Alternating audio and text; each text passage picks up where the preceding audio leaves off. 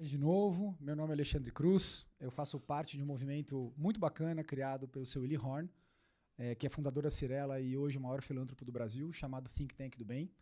É um grupo que se propõe a pensar como fazer o bem e como fazer com que o bem seja engajado pelo Brasil. E essa forma de tentar atrair pessoas para fazer o bem criou um movimento chamado Vem Fazer o Bem. Esse movimento está nas redes sociais, então se vocês puderem ajudar, a gente acabou de lançar, e quanto mais a gente tiver uma caixa de ressonância, mais a gente pode mostrar o que está sendo feito nessa direção, mais a gente cria engajamento, mais a gente cria uma onda onde a gente possa fazer com que pensar sobre como ser do bem vai ajudar o nosso país a chegar nos objetivos que tem que chegar. Aqui na Faria Lima, aqui no mercado financeiro, está precisando de pessoas que precisam pensar nessa direção. Já tem gente com muito resultado financeiro e eu espero que não demore muito para chegar a uma idade onde você entenda que isso não é suficiente para a sua existência fazer sentido e, portanto, para a sua saúde mental no final da sua vida ter valido a pena. Isso dito, as iniciativas que o movimento Vem Fazer o Bem tem levado a cabo são conversas do bem. Então tem desde podcasts com pessoas muito interessantes, contando um pouco da experiência em vida e o que motivou aquelas pessoas a tomarem essas atitudes. E alguns desses podcasts já estão nas redes sociais, então tem Vem Fazer o Bem @oficial no Instagram, quem quiser, eu estou atrapalhando na verdade, quem quiser é só pegar aqui o QR Code, ficou pequeno, né? Não sei se vocês conseguem pegar. A gente está passando essa iniciativa de Conversas do Bem ao vivo no Instagram, então também a gente está sendo filmado aqui live para poder fazer com que mais pessoas tenham acesso que não puderam estar aqui hoje.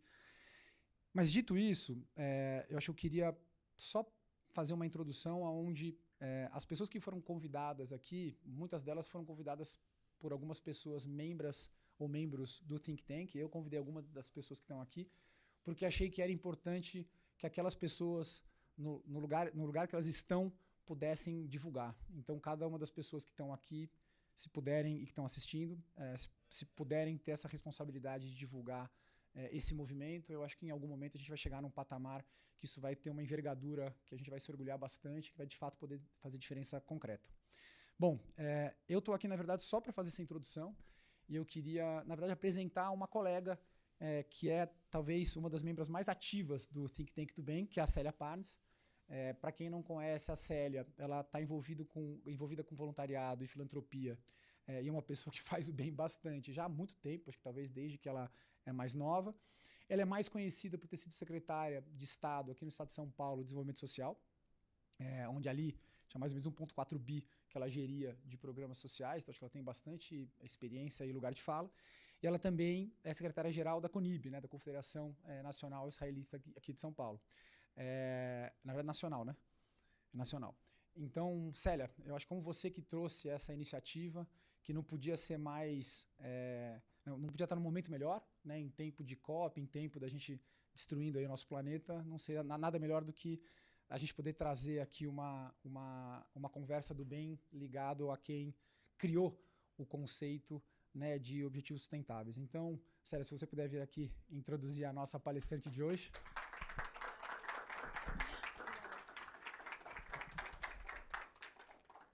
Eu imprimi aqui, porque achei que falar de memória, às vezes eu ia esquecer, e eu queria introduzir o Think Tank, queria introduzir a TNC e queria introduzir a Paula. Então, achei melhor ler, é melhor falar de improviso, mas eu vou ler assim mesmo. O Think Tank foi, na verdade, criado, idealizado pelo Sr. Willy Horn, que muitas pessoas devem conhecer aqui, e, na verdade, a ideia foi produzir conhecimento e influência positiva e atuar, na verdade, como um laboratório de ideias. E pensar caminhos concretos para o Brasil para desenvolver o bem da forma mais genérica, como ele gosta de falar. Ele gosta muito de pensar o bem de forma ampla. Então, no fundo, é uma plataforma que une profundidade ética com rigor intelectual, e disso o Alê se encarrega muito bem, que é o nosso presidente do Think Tank, e sempre ancorado na premissa de que o bem deve ser intencional, organizado e escalável. E por isso que fez tanto sentido para mim aproximar o Think Tank da TNC. A TNC, que é a The Nature Conservancy, mas todo mundo chama de TNC, ela é uma das maiores e mais respeitadas organizações ambientais do mundo. ela opera também de modo científico, visão global e capacidade de implementação em larguíssima escala. A TNC carrega uma visão sistêmica de que não existe prosperidade humana sem conservação dos ecossistemas e não existe conservação duradoura sem justiça social, diálogo e alianças amplas. Um evento com a TNC e o Think Tank do Bem faz todo o sentido do mundo, porque a gente acaba unindo valores humanos e ciência aplicada, ética e responsabilidade com soluções ambientais de alto impacto, e o empresariado brasileiro e as redes globais de sustentabilidade. E eu trouxe aqui um pouco para contar para vocês porque a nossa palestrante hoje está aqui, e eu queria dividir com vocês a importância da gente poder escutar a Paula Caballero aqui hoje. É uma pessoa que eu admiro, uma das minhas divas do mundo ambiental, de fato, e ela me contou hoje que ela participou da COP1. E ela é uma pessoa que ela fala e ela se arrepia, e ela se emociona, e os olhos enchem de lágrimas. Ela é uma pessoa que transpira a questão ambiental, e eu vou ler um pouco para vocês o currículo dela. Ela é amplamente reconhecida como a criadora dos ODS, que depois a ONU adotou. Olha que incrível. Isso na época do governo da Colômbia, acho que ela vai poder contar para a gente um pouco mais, e por esse trabalho recebeu inúmeros prêmios de reconhecimentos. Foi diretora sênior do Banco Mundial, da Lands of Life, do World Resources Institute, além de ter atuado no Ministério de Relações Exteriores da Colômbia e do Programa das Nações Unidas para o Desenvolvimento. Ela é bacharel em História pela Universidade de Brown e mestre em Relações Internacionais, com especialização em recursos transfronteiriços pela Pontifícia Universidade Javeriana, né, de Bogotá. Eu queria agradecer a Jive House, queria agradecer a esse espaço tão bonito que abriga debates, onde o Brasil é pensado de forma estratégica, sofisticada e plural, e essa atmosfera aqui, nossa, tão intelectual, mas, ao mesmo tempo, tão descontraída, que favorece esse tipo de encontro transformador. Obrigada, Alexandre Cruz, presidente do Think Tank e sócio proprietário aqui da Jive, pelo seu engajamento, pelo seu interesse e pela sua generosidade. E convido também a todos a entrar nas nossas redes do Vem Fazer o Bem Oficial e conhecer um pouco mais desse trabalho transversal do Think Tank do Bem. Obrigada, pessoal. Paula.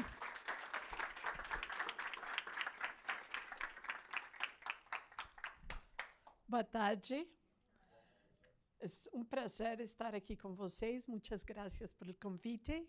Eu sou colombiana, eu falo portunhol, mas eu estive na COP a semana passada, falando em inglês, então tenho o chip um pouco volteado.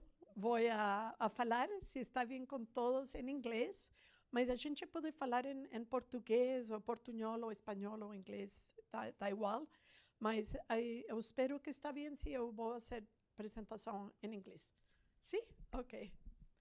Bom, como dizia a Célia, eu llevo muitas décadas trabalhando em estes temas. Na TNC, sorry, now I don't even know what language. And in TNC, I have discovered an organization that I think has the muscle and the capacity for this critical inflection point that we are for the planet, and I think for our societies, for our economies.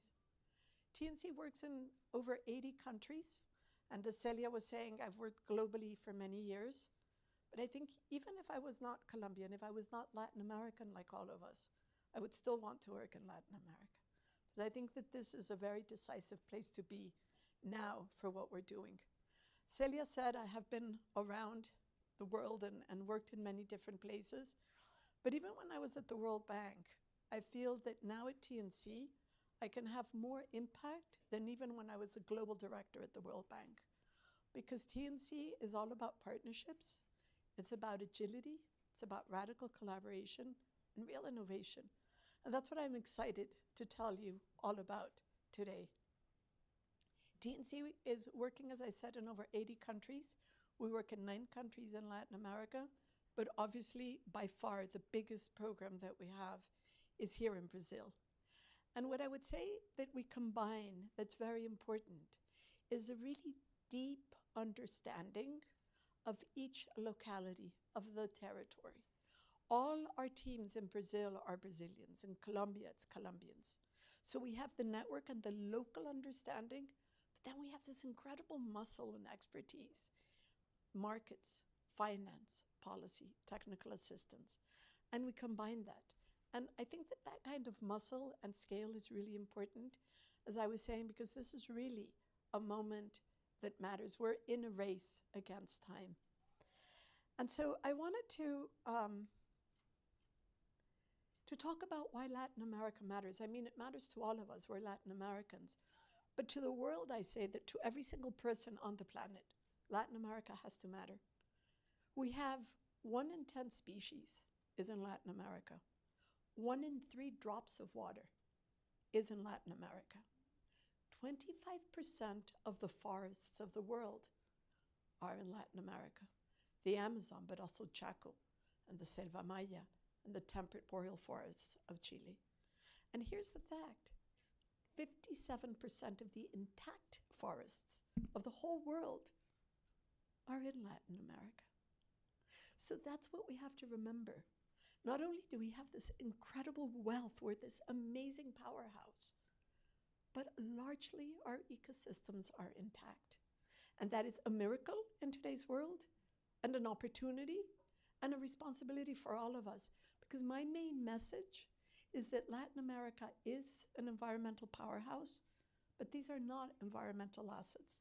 These are the foundations. These are our foundations of our GDP, of our jobs, of our livelihoods. Our economies across Latin America are very dependent on our natural resource base. So when we talk about environment, always think about the social and the economic dimensions, and the fact that this, what happens now, what happens in the next few years, is going to really define what happens, not in the next decades, but in the next centuries. So we really have to understand the importance of Latin America and this critical inflection point. And I would say to all of you as leaders, that when you engage really actively, proactively, decisively in the so-called conservation agenda, what you really is doing is strategic investments, risk mitigation, ensuring the sustainable foundations of our economies and of our societies. This is not an environmental agenda. TNC is not a conservation organization. It's about sustainable development.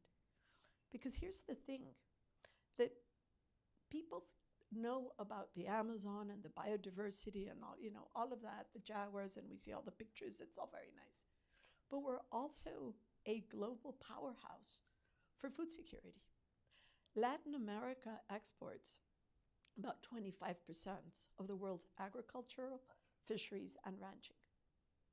And experts believe that this can double by 2050. And here's something that's really important. 50% of our producers are smallholders. So when we think about climate, we think, oh, we have a climate crisis. Yes. We have a biodiversity crisis. Yes. But Latin America also has an equity crisis. And that equity crisis is at that crossroads also of that juncture of so-called environment with agriculture and ranching. And if we can, the message here is that if we can align the producers' incentives, the markets, the policies, we're not just going to grow more food. We're going to grow more food and keep the rivers flowing. And we're going to keep the forests standing. And we're going to help the communities thrive. And that's what it's about, that it all comes together, adding up to much more than the sum of the parts. Because we really, as I said before, we really are in a critical juncture. We're in a race against time. You know, you've seen the news. I don't have to tell you about the droughts, the deforestation, the fact of the increasing heat waves, the fact that I've seen articles in Brazil on the agrosuicidio, because the rain in some places is taking 57 days longer to arrive. Where you used to have 2 or 3 crops, you have 1. So we're already seeing very much the impacts. And the message is that if we think of Latin America, what we have to think of is that we have an ecological drivers, like an ecological engine. And if that starts to falter, it's going to have ripple effects. Ripple effects on food security, ripple effects on rain, ripple effects on food security. Because the fact is that, for example, when you think of the Amazon, you know it's a river, and you know it's a basin, but it is also the flying rivers. And the flying rivers of the Amazon go all the way down to Santa Catarina. They go all the way down to southern South America. So the rain that is there is also coming from the Amazon. That is also the Amazon. That's not environmental. What we export, the beef, the soy, the corn that we export, we're exporting water. We're exporting the Amazon. So that's how we have to start to really think and understand what it is that we need to do and why we need to do it and how we need to do it. And one important part of the how is people. We believe, as Celia was very rightly saying, that nature cannot thrive without people, and people cannot thrive without nature. The SDGs, the Sustainable Development Goals, were predicated on that idea that there is nothing that is environmental, nothing that is social, and nothing that's economic. All these dimensions flow into one another. And nowhere more so than with our local communities and our indigenous peoples. And you might think, well, why, there's 47 million people in the Amazon, about 1.7 are indigenous. Why do they matter? Well, I'm going to tell you why they matter. And they matter enormously. About 40% of the intact Amazon is in indigenous lands. Worldwide, the lands that we need to conserve, where 80% of the biodiversity is, and here's the best, where most of the carbon stocks are in indigenous lands, in collective territories. And where the rights, where the access has been safeguarded, deforestation rates are about 50% less, carbon stocks are highest. So the messages that we cannot deliver on these grand commitments that we have made, that we're going to keep the temperature below 1.5, right? That we're going to tackle the biodiversity crisis. All of these commitments that we have made, we cannot make them unless we do so with these local communities, with the indigenous peoples that are the guardians, that are the stewards. And what we say at TNC is that stewardship, the way they manage their lands, is a systems lever itself, is a way of managing systems. And so this is really also, we work with big agribusiness. We work with small communities. We work the whole spectrum. And it's people, that radical collaboration, that alone will help us find the kinds of solutions that can and will turn all of this around. So where do we work in Latin America? In Latin America, we're working across what we call iconic places, these big geographies where we think we can have the biggest impact, where we must have the biggest impact. And in Brazil, we have three. We have the Atlantic forest, the Cerrado, and the Amazon.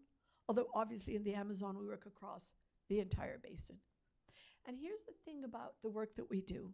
I don't believe in projects. We don't want to do projects, small projects, linear thinking that stop and end. We're going after systems change. And what that means is that we're trying to shift entire systems so that change at scale becomes endemic to those systems. And if you think that that's impossible, I'm going to give you examples of how that is already happening, how together we're already making that happen. And what we do at the heart of it is to deliver what are called nature-based solutions. And nature-based solutions are not environmental issues. Yes, there's protection and restoration, but critically it's about regenerative agriculture, regenerative ranching, sustainable fisheries, demonstrating that you can grow, as I was saying, and you can continue to increase the production, but in a way that creates resilience, that creates productivity, and that increases the productivity. And the way that these natural solutions are done is about climate risk, it's about water security, and it's about food security. So we leverage these nature-based solutions. But we have also been pioneers in innovative finance, because we also need finance at scale in order to be able to deliver on these challenges, on these opportunities that I was talking about. And that is what we have been doing. So we have done everything from nature-based swaps, climate swaps. We, in Ecuador, for example, at the end of last year, we helped restructure $1.3 billion of Ecuador's sovereign debt. And in doing that, we've freed up $460 million over the next 17 years that will be partially managed through a conservation trust fund, completely independent. And this is money that's going to go for the whole area that is called the Amazon Biocorridor, El Corredor Bioamazónico in Ecuador. And we've co-created this with government, but also with the indigenous peoples. Here in Brazil, to be able to do this transformation of the productive and ranching sectors, we created IFAC, Innovative Finance for Amazon, Cerrado, and Chaco. We're looking to mobilize $10 billion to support ranchers, to support farmers, to transition their production to more sustainable practices, to increase soy production, but not by opening new virgin lands, by converting lands, but by working in degraded pastures. Because we know that that transition, which will pay huge dividends, needs upfront capital, needs patient capital, so that that transformation can happen.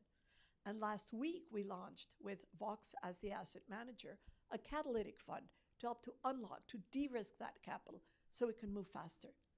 So all of these tools together, what we're doing is making conservation investable. As I was saying at the beginning, for you, the invitation is that you think of decided engagement in conservation as TNC understands it, as a strategic investment, as a risk management strategy. And let me give you a concrete example of what this looks like. We're convinced that one of the best ways to achieve conservation gains is through transforming food systems. And the key to that transformation is traceability. We have proven that when you bring traceability, transparency, accountability to supply chains, you can bring transformation at scale, that it stops being an idea and it's something that happens. And the breakthrough happened here in Brazil, in Pará. So working together with big agricultural companies, working together with the state of Pará, working together across with ABIEC, with the producers' organizations, we demonstrated that it is possible to take every single animal, every single cow, and do individual traceability with ear tags. And why is that important? The biggest driver of deforestation in the Amazon is cattle ranching. So in principle, you would say, oh, they're the bad guys, right? We shouldn't work, they're terrible, stop eating meat. We know that's not gonna happen. On the contrary, if you work with this sector, if you co-create, you'll find lasting solutions that really are, make a seismic change, that are, we like to talk about paradigm shifts. Well, this is a paradigm shift. What's happening here in Brazil, it's a model for the world. And what do we do? Because by being able to trace the animals from the moment that they are born all the way through to the slaughterhouse, if there's full visibility, you take deforestation out of the supply chain. That's simple, completely cost effective.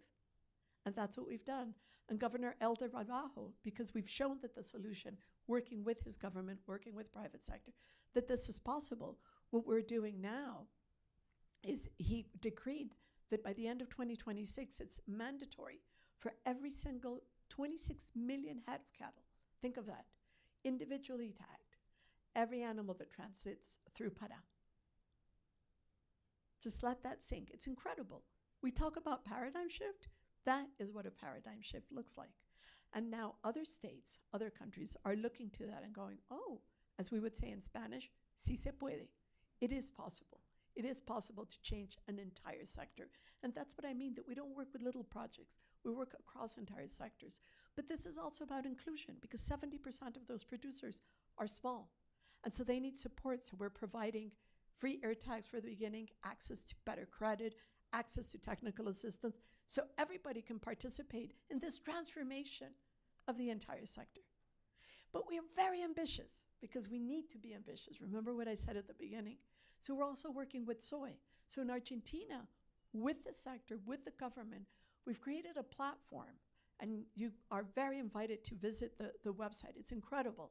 And it's a traceability and certification. And already 2 years ago, the very first shipments of fully certified zero conversion soy were exported to the European Union.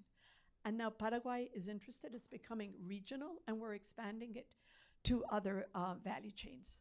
And that means with VSAC already, we're avoiding conversion of about 600,000 hectares. That's about, in Brazilian terms or Argentinian terms, 1 million football fields of avoided conversion. And that is what good looks like. But how have we done this? Working with really big partners, with powerhouses. We work with JBS. We work with Walmart. We work with Carrefour. We work with Mondelez. We work with big agribusiness just as much as we work with our indigenous organizations. And we're leveraging incredible tools for this. AI, integrated databases, electronic monitoring, bringing all of this together so that we bring about changes in what good looks like, what the norm is. And those are changes that don't go back. It's not a project. You've changed the system, and you've changed it once. You've changed it essentially forever. That is systems change, and that's what it's all about. Another kind at another spectrum, I wanted to invite you to come with me to southeastern Mexico, to the Selva Maya. There's the Amazon, but after the Amazon, the second largest tropical forest in Latin America and South America is in the Selva Maya. And here, 70% of the land is in ejidos, collective territories. And this is an incredible ecosystem. It's under huge threat from illegal and unplanned cattle ranching, agriculture, tourism, infrastructure. And as those pressures rise, these communities are losing their ancestral lands. And this is where the heart of the Mayan culture is. And they're losing that. So what have we done? We've gone in and we're working on social bioeconomy, these shorter value chains, where you work with the millennial milpa system, which is really agroforestry of being able to integrate many different crops into this vibrant system. We've been working with 104 organizations. We've consulted with over 270 leaders of the different communities, and we have created a whole program that has, again, not projects, access to markets, access to finance, hubs that aggregate the production and changes in the value chain. We've created a financial platform. We've mobilized over $50 million in loans for smallholders. We're impacting the lives of over 50,000 people. And we're impacting right now already 300,000 hectares with a possibility of extending this to 1 million hectares. That is, again, change at a systems level. And that is the invitation that you join us in TNC to think about how you can influence from your own spaces, be a part of change that matters, of change at this scale. So I was saying that I just came from Brazil, and Brazil is supposed to be the COP of truth, the COP of implementation. But what I would like to argue is that implementation and truth is exactly what I've been talking about, that the solutions are already there. They're proven and they're tested. And what we're looking, I've had wonderful conversations with many of you. There's so many people in this room that are just doing incredible work. And I like to say that the problem with organized crime is not that it's criminal, but that it's organized. And where's organized sustainability? We have to organize ourselves. What is happening right now in the COP, I can talk about I used to be a negotiator. I actually know and work very closely with the negotiating team from Itamaraty. I know all of them. But this is a COP where what we need are proven solutions, the solutions that we can bring. For example, one of the challenges of this COP is how to unlock $1.3 trillion. It has to be from private, from public, ODA, the whole. But that's not going to happen overnight. You have to be innovative, you have to be creative, and that is what TNC has done. I've told you about the debt swaps, about IFAC, about CCAT, about conservation trust funds. There's a whole range of instruments that we've already been working on that are on the table that can help us move towards that 1.3 trillion, that can help us move and stay under 2 degrees. Everything that I've talked about is absolutely relevant to this COP, is absolutely relevant to the day after COP, to the work that we have to do together at this planetary inflection point in, I think, arguably the most important hemisphere in the entire world, which is Latin America. So, as I was saying, this is really the future of the planet. But we have to work with systems and we have to work at scale. And the invitation is that we change our mindsets and that we work together to really bring about those systems change that's irreversible, that changes the norm, and that enables us to achieve the impossible. Because I tell my team all the time, I'm not at all interested in what is possible. I'm interested in what is needed. And I'm going to leave you with a word of wisdom from Nelson Mandela, who always used to say, it's impossible until it happens. Together, we make it happen. Muchas gracias. Obrigada.